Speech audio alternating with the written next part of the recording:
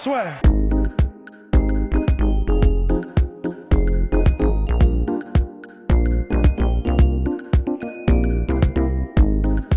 Bon bah formidable, bonjour à toutes et à tous, bienvenue au podcast La Sueur avec Abdouragimov. Merci beaucoup de nous accueillir chez toi. Merci à vous. Ben ouais, donc on est à Nantes. Alors toi t'es un pur produit, on va dire, nantais finalement. Oui, pas pur, mais Ok. normalement je viens de Daghestan. Ouais. Je suis né là-bas et maintenant j'habite depuis 2009 en France, à Nantes. Ouais.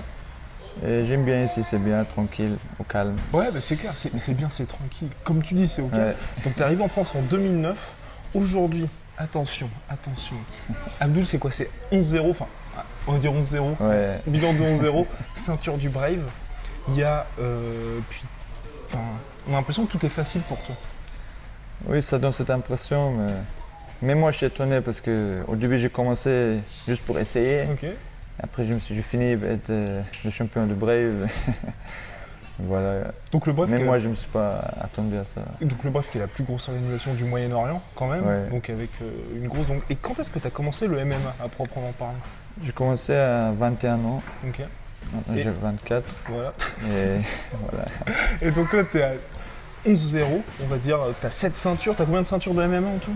MMA, Enfin, dans les organisations 5 ceintures. 5 ceintures, donc là, c'est vraiment la montée en Ouais. puissance continue. Et j'ai lu ça, tu es passé de ceinture blanche à ceinture bleue en jiu-jitsu brésilien en 2 semaines, c'est Oui. ça? C'est ça, ouais. Mais pourquoi est-ce qu'on t'as pas eu peur qu'on te précipite un peu? Non, parce que j'ai même senti, quand j'ai combattu avec les gars à la salle, Ouais, qu'avec les ceintures blanches, ça ne me donnait pas de difficultés. d'accord. C'était qu'à partir des bleus, donc Et- donc voilà, mon coach a fait les bons choix.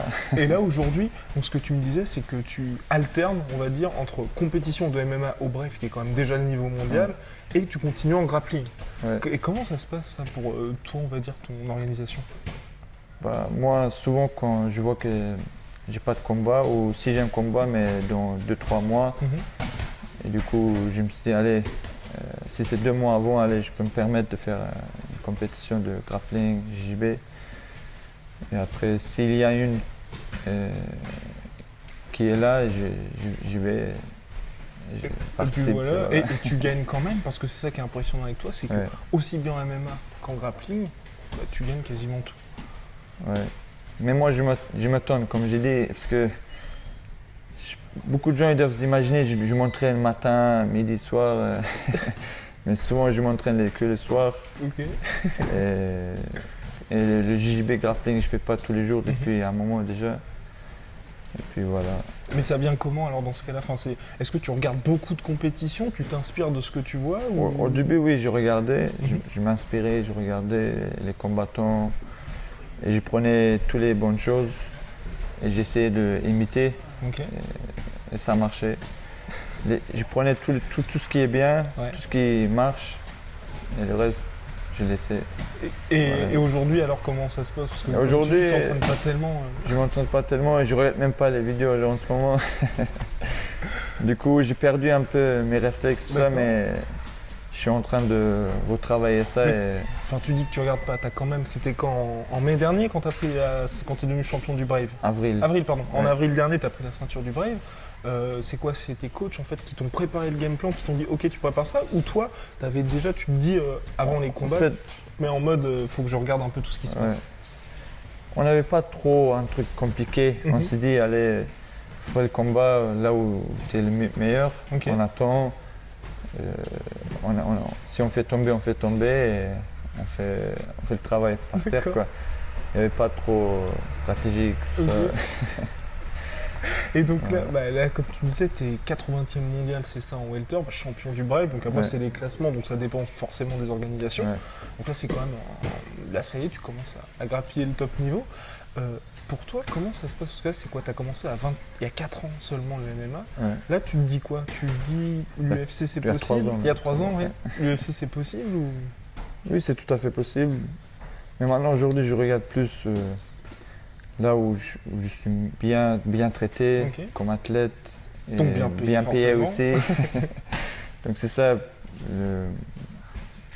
première chose que je veux regarder. D'accord. Ah ouais, toi, et donc tu te poses pas la question, tu commences pas à te poser la question de l'héritage, entre guillemets, où tous les mecs se disent, bah toi, tu as un bilan de 11-0, tu te dis pas, j'ai envie de me frotter au mur, là, tu dis, je veux d'abord mettre ma famille à l'abri. Ouais, plus pour ma famille d'abord, Ok. après l'UFC, on peut aller après, quoi. D'accord. Mais je suis intéressé, bien sûr. Mais il y a quand même des combats qui te font envie. Est-ce qu'il y a des combats aujourd'hui qui te font rêver dans ce qui se passe? Pas trop. Non. C'est vrai que c'est ça qui manque. Dans l'UFC, Ouais. c'est ça qui est bien, parce que là-bas, il y a des combattants connus. Ouais. C'est intéressant, quoi, de combattre contre quelqu'un connu qui est. Tu sais comment il combat, Ouais. tu sais ses points forts, tout ça, donc ça donne l'envie. Donc, en tant que combattant, combattre contre quelqu'un qui est bien, qui est fort, c'est toujours motivant, quoi. Mais il y a quand même des mecs auxquels t'aimerais bien te mesurer quand même. Oui, il y a, mais ils sont tous en général au UFC. Bah, oui, ah bah voilà, mais donc à l'UFC, qu'est-ce qu'il y a comme gars où tu te dis, lui j'aimerais bien l'affronter? Bah, déjà dans ma caté, là, il y a Colby Covington là, qui parle beaucoup. Là. Et pourquoi c'est J'aime pas du tout comme il T'aimes pas parle, le style, c'est ça? D'accord. ouais. Il parle trop n'importe Ok. quoi, mais on dirait que c'est un guignol. Ok. Ouais.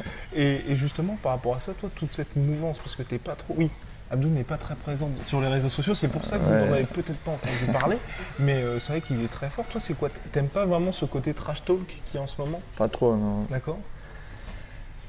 Faut rester soi-même déjà Ok. et faire le meilleur, Le de meilleur soi-même. possible, ouais. Et, voilà. De toute façon, quand tu es fort, les gens vont le savoir. Ça se cache pas, ça. Ouais, complètement. Et donc, il y a Colby Covington à l'UFC, j'imagine quand même, avant de devenir professionnel ou le statut Ouais. que tu as aujourd'hui, il y a des mecs qui t'ont inspiré. Est-ce que là, on Pas trop. Non. Moi, je suis pas quelqu'un comme ça qui j'ai un idole, tout ça. D'accord. J'ai pas tout ça. Ok. Quand je regardais tout le monde. Je prenais toutes les bonnes choses qu'il y a de chacun. Et puis voilà. Mais comment ça t'est venu dans ce cas-là? Parce que là, clairement, quand on t'entend, on se Ouais. dit, bah, tu subis un peu le truc. Enfin, tu sais, t'es là, Ouais, oh, ouais. j'ai fait ça, j'ai fait ça. Mais j'imagine que pour être pro, t'as eu une passion quand même pour le sport. Ou pas? Parce que tu faisais un métier avant, qu'est-ce que tu faisais? Je sais plus, tu avais fait des études pour faire Non, rien. tel Ben, job? Non. Chez quelqu'un normal, de chez normal. Non, mais je sais, c'était dans un article que j'avais eu pour Ouest France, je crois, où tu Ouais. disais que tu étais parti pour faire des études, un parcours spécialisation professionnelle, et finalement ça te plaisait pas, donc tu étais plutôt parti vers le sport. Je me souviens Mais pas. enfin, Ouais. bref. En fait, j'ai fait le collège, j'ai fini le collège, Ouais. je suis allé au lycée un peu, Ok. c'était plaquiste. Oui, voilà, Mais, c'était ça, ouais, exactement. Voilà, mais ça m'a c'était pas ça. plu, je suis parti. D'accord. Et après, un jour, mon cousin, il m'a dit, viens, tu vas venir à la salle ou pas? Pour faire la lutte. Je connaissais pas du tout. Mhm. Je regardais vite fait sur internet. Ça me plaisait pas parce que visuellement, c'était pas top. Ouais, effectivement. Habillé en maillot, tout Ouais. C'est pas trop ton ça. truc. Ouais. Après, quand j'ai essayé, j'ai tout de suite aimé. Mhm. Ça m'a plu. Et depuis, j'ai pas arrêté, j'ai continué. Et à chaque fois, c'est quoi? C'est tes coachs qui t'ont dit tu peux voir le niveau au-dessus, ou c'est toi qui leur as dit bah, Souvent, j'aimerais- c'était moi. Ouais. D'accord. Souvent, parce que, Ok. surtout au début, ils me conseillaient, vaut mieux attendre, tout ça, de prendre l'expérience, tout ça. Ok. Contre Gaël Grimaud, par exemple. Ouais. Bah, donc Gaël Grimaud, c'est Ouais. le combat qui t'a révélé un petit peu, on va dire, au grand public, où tu partais, bah, t'étais outsider, Ouais. et c'est toi qui as voulu ce combat. Ouais. On m'a proposé, j'ai accepté, j'ai dit je me sens capable et je vais le faire. Et finalement, tu as remporté le combat. Ouais. Et après ce combat, est-ce qu'il y a des portes qui se sont ouvertes, ou au contraire, ça restait quand même assez discret? C'est resté discret parce qu'on avait du mal à trouver des combats. Avec mon coach, on écrivait par-ci par-là, mais il n'y avait pas de réponse. Mais une fois j'ai trouvé un manager, D'accord. Guillaume Pelletier, on s'est tout de suite rentré, comment dire, on s'est bien entendu avec Mhm. lui. Et il a fait un très bon travail en trouvant des combats. Mhm. Même lui, il disait au début, il avait du mal à trouver parce que les mecs, ils ne voulaient pas. Mais après, quand même, il a bien fait que son travail. Je suis très content parce qu'il y a beaucoup de gens, ils n'ont pas la chance d'avoir un Ouais. bon manager, bon coach, tout ça. Donc, j'ai eu la chance que je suis bien entouré, déjà par mes coachs, Mhm. par ma famille, tout ça. C'est pas des gens qui disent. Ils vont pas dire ah oui t'es le meilleur, vas-y va, tu vois. Ouais. Si je suis mauvais, ils vont me dire t'es mauvais quoi. Et Complètement. pareil, le manager il est bien aussi, il gère, il fait attention. Donc je suis content, c'est bien. Et donc tu arrives à gravir tous ces échelons en restant à Nantes quand même, c'est quand même assez exceptionnel. Et par rapport à ça, tu te vois continuer à rester ici? Non, franchement, il faut que je bouge parce que même moi, je m'ennuie maintenant déjà. D'accord. Dans quel sens tu t'ennuies? Il y a eu une trop grosse routine ou Oui, trop grosse routine. Je suis trop dans la routine. Moi, pour moi, mon premier combat et mon dernier combat en Brave, c'est un peu près pareil. Dans quel sens? Dans le sens où j'y vais, de Nantes, je pars de Nantes, je vais là-bas, je combats. C'est la fête, blablabla, félicitations par-ci par-là, 1-2 jours, je reviens. Et après, je rentre dans la routine comme d'habitude, normal, rien qui change. Donc, c'est pour ça, pour moi. Et donc, qu'est-ce que tu aurais envie de faire en particulier, on va dire, à l'extérieur? C'est quoi? C'est faire des camps, par exemple, en Thaïlande, aux États-Unis? Déjà, des trucs comme ça, faire des camps professionnels, bien, voir d'autres athlètes, fréquenter d'autres athlètes, combattre avec eux. Des voyages comme ça, principalement, quoi, pour s'entraîner, pour s'améliorer. Parce que jusqu'à maintenant, c'est vrai que tu es pur produit, on va dire, de toutes les institutions françaises, mais tu viens à la base du Daghestan, donc tu es arrivé, c'était à 14 ans, c'est ça? Est-ce que tu tires quelque chose de cet héritage-là, on va dire, au niveau sport de combat ou pas du tout? Moi, avant, je faisais pas de sport de combat, je faisais rien du tout, donc je commençais tout ici, quoi. D'accord. À 16 ans, je commençais à Nantes avec la lutte. Et sinon, avant, je suis jamais allé dans une salle de sport. Parfois, de temps en temps, comme tout le monde chez moi, quand j'avais motivation, je faisais des pompes, des trucs comme ça. Voilà. Sinon, c'est tout. Et là, qu'est-ce que tu as envie d'accomplir un peu? Parce que elle me dit pas non, je sais pas et tout. Parce que là, tu rentres quand même dans quelque chose de sérieux. Je pense que même le Brave, ils doivent commencer à se dire on a une pépite. Et toi, tu te dis, tu as envie d'aller. Comment tu vois la suite de ta carrière? Bah, honnêtement, pour l'instant, je vois rien. Je suis quelqu'un, il n'a pas encore beaucoup de projets. J'ai pas trop de projets en ce moment.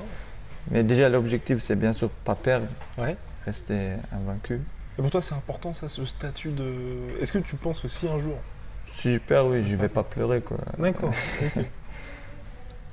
C'est important, bien sûr, pour le palmarès, tout ça, c'est bien. Mais c'est pas la vie, quoi. Si je perds, j'accepte. Parce que ça aussi, il faut accepter. Si tu n'acceptes pas, tu ne vas pas avancer. Oui, c'est ça. Gagner ou perdre, il faut accepter les deux. Et il y a un autre gars, je pense que tu connais, qui est un pur produit de Dagestanais pour le coup, qui a la ceinture UFC en lightweight, donc juste en dessous de toi. C'est Rabib qui avait affronté Magor, qui était aussi dans le style un peu plus provocateur, on va dire. Toi, ce combat-là, t'en avais pensé quoi et comment tu regardais? Est-ce que tu supportais Rabib ou au contraire, tu étais plus en faveur de McGregor? Bien sûr, en tant que Dagestanais, je supportais mon confrère Rabib. Et j'étais sûr que s'il fait tomber, il va gagner ce combat. Mais je me disais, s'il touche Conor, il peut blesser, mais il n'a rien pu faire. Donc. Et pour toi, la lutte, ça reste, parce que c'est vrai qu'on en parle énormément, nous, aussi bien dans nos articles que dans nos podcasts, de ce côté, l'avantage en grappling, c'est que ça permet de dicter le combat. Tu diriges vraiment à ta guise. Et pour toi, est-ce que c'est vraiment le déterminant le plus important dans le MMA aujourd'hui? Après, maintenant, en tant que combattant d'arts martiaux mixtes, il faut connaître un peu de tout. Et je trouve que ça dépend de la personne. Par exemple, on peut avoir un lutteur contre un boxeur, mais le boxeur va gagner pas parce qu'il fait la boxe, parce que sa personnalité, c'est son caractère, c'est ça sa force. Il va être boxeur, mais il va défendre quand même bien la lutte, tu vois. Du coup, il va défendre bien, il va mettre son jeu avec la boxe, il va gagner. Après, on peut avoir aussi un lutteur contre un boxeur, pareil, avec son caractère, même s'il n'est pas boxeur, il va arriver à bien contrer, à bien défendre debout et gagner comme ça. Donc ça dépend plus du caractère, quoi. Parce qu'il y a beaucoup de gens, ils sont lutteurs, ils sont boxeurs. Après, on fait des combats sur YouTube, il y a plein de combats, tu vois, boxeurs, c'est sport contre ça. Il y en a, ils perdent. Après, ils disent, ah non, ce sport est pourri, mais non, c'est la personne qui est pourrie, quoi. Mais donc toi, est-ce que tu penses qu'il y a un style parfait pour contrer les lutteurs? Au contraire, dans ce que toi, tu as même pu voir dans la cage? Il n'y a pas de style, c'est la personne pour moi. D'accord. Il y a des gens, ils sont pas lutteurs, mais ils se défendent très bien, ils sont chiants à faire tomber. Ils sont très chiants, quoi. Avec leur caractère, ils laissent pas, ils ont confiance en soi. D'accord. Quand tu as confiance en soi, c'est là, tu es fort. Et par exemple, un mec comme Habib, pour toi, qu'est-ce qui fait qu'il est si fort? Parce qu'on a l'impression, enfin, personnellement, moi je pense qu'il y a aussi aujourd'hui une grosse appréhension. Chaque fois que les mecs l'affrontent, je sais que le mec ne va pas me lâcher, tu vois. Lui, c'est surtout son mental, son caractère. Parce que si on regarde bien, il fait pas des techniques de ouf. Il fait une technique basique et fondamentale de lutte, grappling, sambo. Même en grappling, lui, il cherche pas à faire une technique de ouf, de finalisation. Lui, c'est plus contrôle. Donc avec ses techniques et plus son caractère mental, du coup, il avance et il lâche pas, quoi, il lâche rien. Et ça lui donne beaucoup de force, quoi, son mental. Et pour lui aujourd'hui, donc il est à 27-0, on a l'impression, tu vois, que son bilan, un peu comme Floyd Mayweather, c'est un peu toute sa vie, dans le sens où tout le monde le rabâche et tout. Toi, t'as pas cette importance-là avec ton bilan. Est-ce que tu penses que c'est le fait d'avoir fait toutes ces compétitions de jiu-jitsu brésilien où finalement ça arrive de perdre, hein, en jiu-jitsu c'est normal de perdre, qui fait que tu te dis, si ça m'arrive de perdre, c'est pas la fin du monde? Ça doit être aussi ça, parce que j'ai appris à perdre. Parce qu'en jiu-jitsu, j'ai perdu, j'ai des combats perdus. J'ai même abandonné, tu vois, du coup, j'ai accepté. Arrête, c'est bon, j'ai dit. C'est bon, tout le monde le sait maintenant.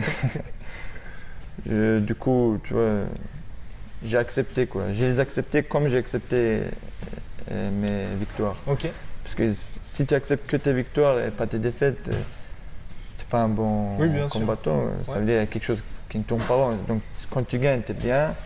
Quand tu perds, tu pleures. Je sais pas, pour moi, je trouve pas ça bien. Et aujourd'hui, toi, dans le MMA mondial, pour toi, qui est le top combattant? Parce que j'imagine que tu suis quand même un peu ce qui se passe. Et du coup, de ton point de vue, averti? Quelqu'un qui est très difficile à combattre en ce moment-là, et pour moi, c'est Jon Jones. D'accord. Parce que déjà, avec son physique et son technique et son caractère, il est très difficile à combattre, lui. Et surtout en ce moment, les adversaires qui combattent contre lui, déjà mentalement, ils sont déjà pas bien, tu vois. Donc, Et toi, t'aimerais bien avoir ce travail-là, on va dire, mental, parce que avec Jon Jones, il en joue de ça. On voit qu'avant le combat, il essaye de déstabiliser l'adversaire. Toi, t'as pas ce côté-là. Est-ce que t'aimerais bien aussi arriver à ce point-là, à pouvoir déstabiliser les mecs et en jouer ou pas du tout? Moi, personnellement, même sans rien faire, je déstabilise déjà. Oui, après, moi, ils veulent pas t'affronter, Et tu penses que c'est quoi? Qu'est-ce qui fait que les gens sont déstabilisés par toi? Je sais pas, même moi je sais pas trop. Quand je me regarde dans le miroir, je me demande par quoi ils sont déstabilisés. Je pense peut-être parce qu'ils se disent je suis un lutteur, il va être chiant, il va faire tomber tout ça. Et ils se disent je suis russe, quoi, genre, entre guillemets. Donc ils se disent les Russes c'est chiant, tout ça. Donc ça doit être ça aussi, tu vois, parce que ton apparence ça joue.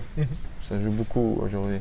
Donc mon apparence, mes origines, tout ça, ils regardent, ils se disent, ils se créent une image dans leur tête après automatiquement.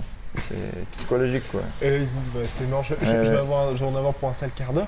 Et là donc Jones, lui qui a vraiment réussi à devenir un combattant finalement hyper complet, tout en restant toujours aussi efficace, toi là tu commences à progresser, enfin tu commences à toujours progresser, mais genre là la boxe on sent que tu commences à prendre confiance là-dedans. Est-ce que tu as envie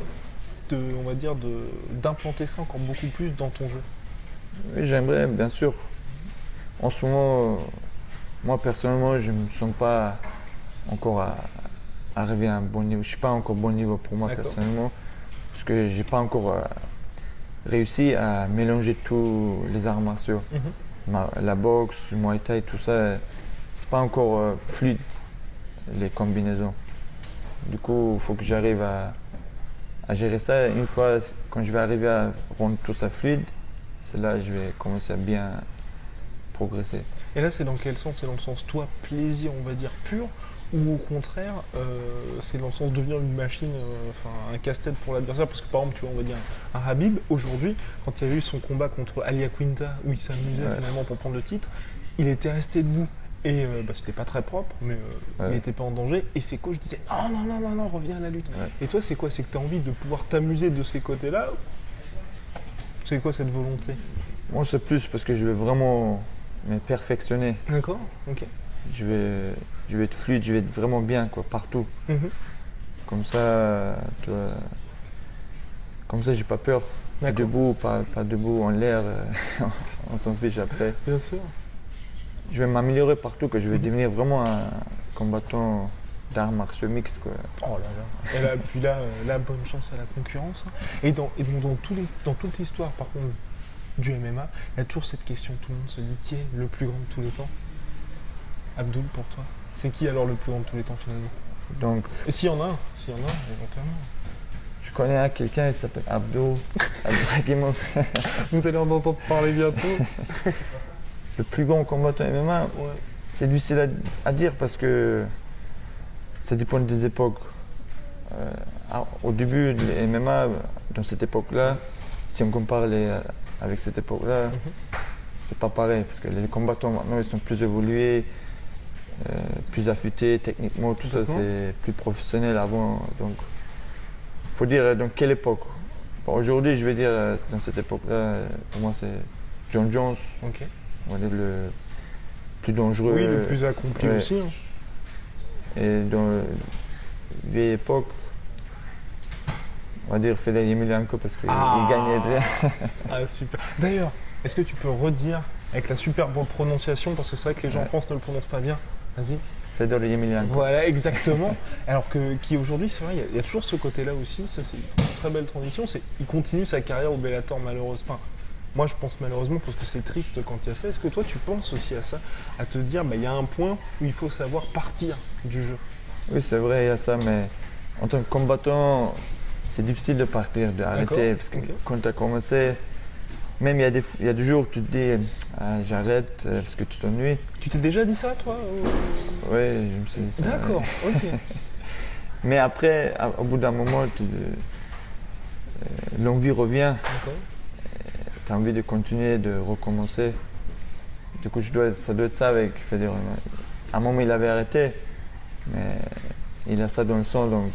Et il veut toujours revenir, c'est toujours compliqué. Et pour le reste, la Fedor, c'était, on va dire, une autre époque du MMA, dans le sens où c'est vrai qu'il était au Pride, il y avait le dopage, il y avait un peu n'importe quoi. Toi, t'es au Brave FC, qui est une très belle organisation, mais c'est vrai qu'à part l'UFC, on va dire, avec l'accord avec l'USADA, il n'y a pas d'organisation qui a implanté vraiment les contrôles antidopage, ce genre de choses.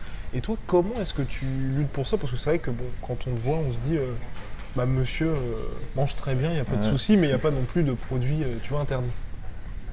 Moi, par rapport à ça, je me casse pas la tête. S'il prend et qu'il prenne autant qu'il veut, je ne me laisse pas déstabiliser par ça. Déjà parce que si je me déstabilise par ça, il a pris ça, déjà mentalement je vais être pas bien. Il va avoir un avantage, psychologiquement déjà il a un avantage, physiquement et psychologiquement. Bon, au moins maintenant, comme ça, il peut avoir un avantage physique, mais pas psychologique. Parce que moi, je m'en fous s'il prend. Bien sûr, je sais que ça va donner des avantages physiques, mais après le mental c'est plus fort quand même. C'est ça, exactement. Et puis c'est là que finalement, pour l'instant, tu as battu tout le monde.